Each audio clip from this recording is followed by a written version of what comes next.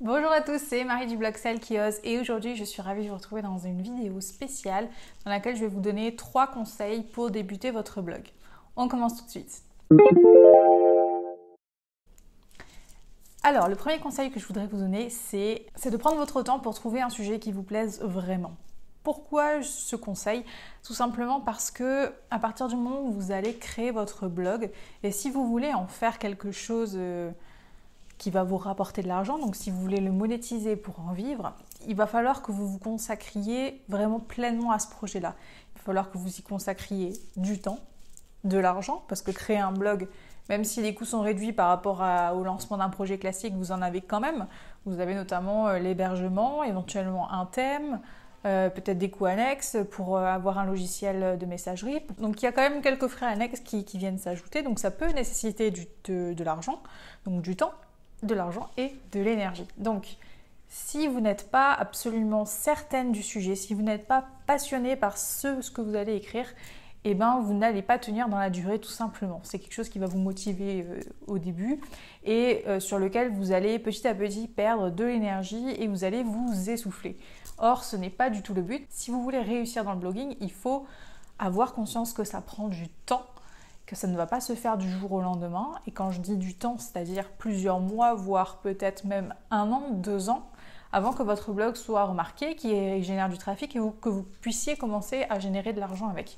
Donc, choisir le sujet sur lequel vous allez écrire, il est primordial. Vous devez choisir quelque chose qui vous passionne réellement, autrement, ça ne fonctionnera pas.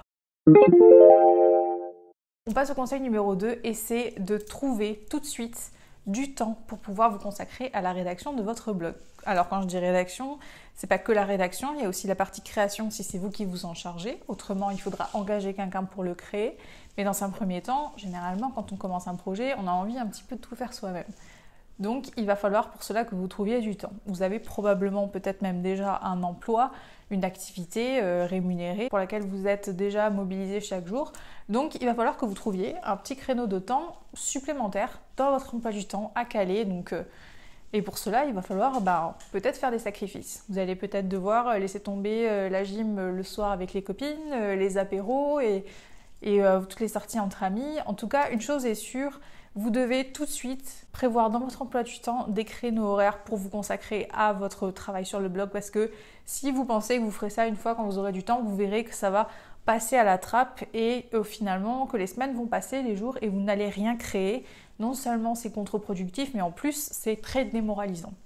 Parce que plus le temps y passe et moins on a envie d'en faire. Donc prenez tout de suite les bonnes habitudes, regardez votre emploi du temps, voyez là où vous pouvez gratter 1 heure, 2 heures pour pouvoir vous consacrer à votre projet. Idéalement, vous devriez pouvoir le faire au moins 1 fois par jour, que ce soit 10 minutes, 1/4 d'heure, 1 heure. Il faut que chaque jour, vous planifiez une action qui va vous permettre d'accomplir votre projet et d'aller au plus près de cet objectif-là. Autrement, vous allez perdre le fil et vous ne tiendrez pas sur la durée, encore une fois.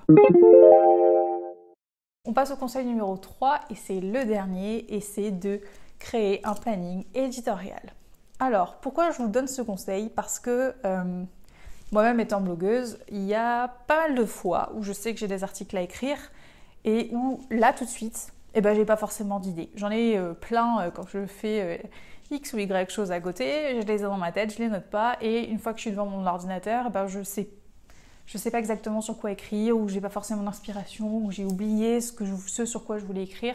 Donc, pour éviter cela, c'est très simple. Vous prenez 2 heures et vous faites une liste d'articles, de sujets que vous voulez aborder avec des requêtes clés évidemment. Si vous ne savez pas ce que c'est une requête clé, je vous invite à vous rendre sur le site de Lucie, formation-rédaction-web.com pour en savoir un petit peu plus sur les mots-clés et sur l'optimisation d'un article. Et une fois que vous avez fait votre liste, vous aurez toutes les armes pour pouvoir vous lancer sereinement dans la rédaction.